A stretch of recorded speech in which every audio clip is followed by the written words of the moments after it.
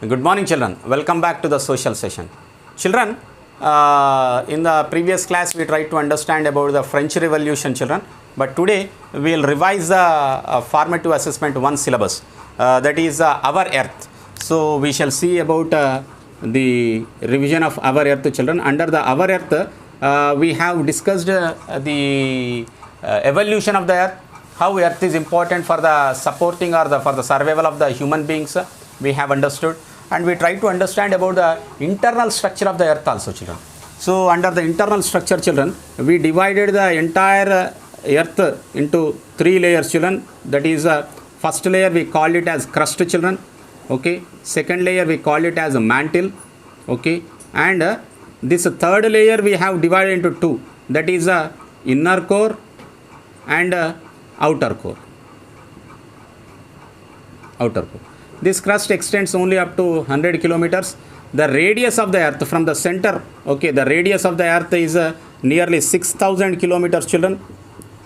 Out of the entire structure of the Earth, the crust occupies just 1 or 2% of its volume, but major part is the core, that is the inner core and outer core.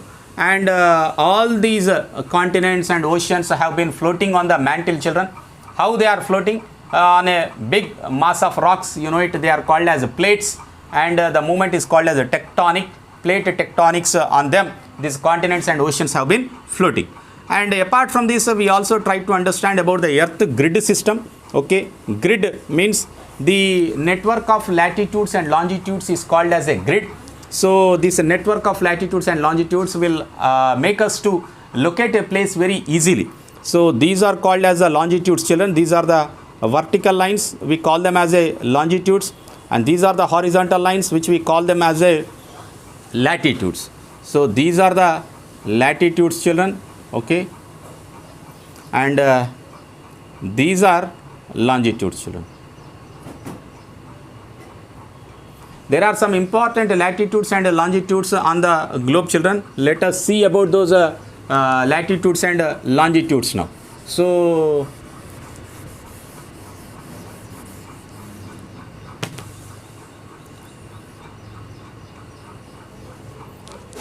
this 0 degrees longitude, 0 degrees latitude is called as equator, children. This divides the globe into 2 equal halves. This is called as north hemisphere,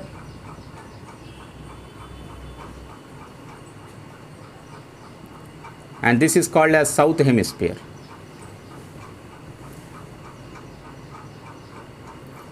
And there is a 23.5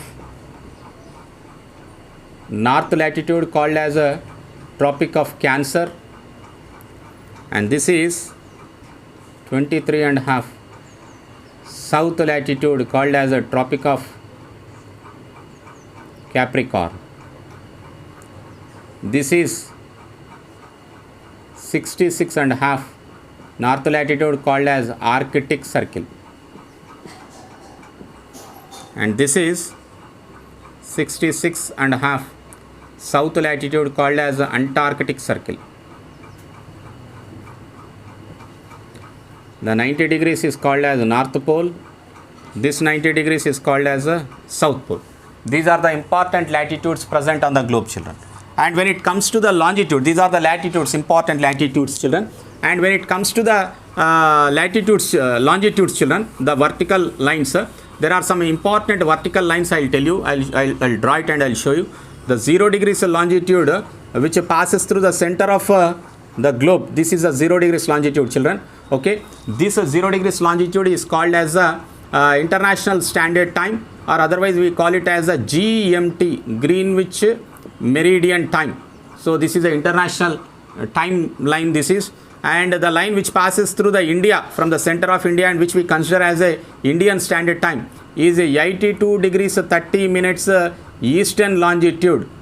We call it as a Indian Standard Time. We consider it as a Indian Standard Time. So this 0 degrees longitude divides the globe into eastern hemisphere and western hemisphere.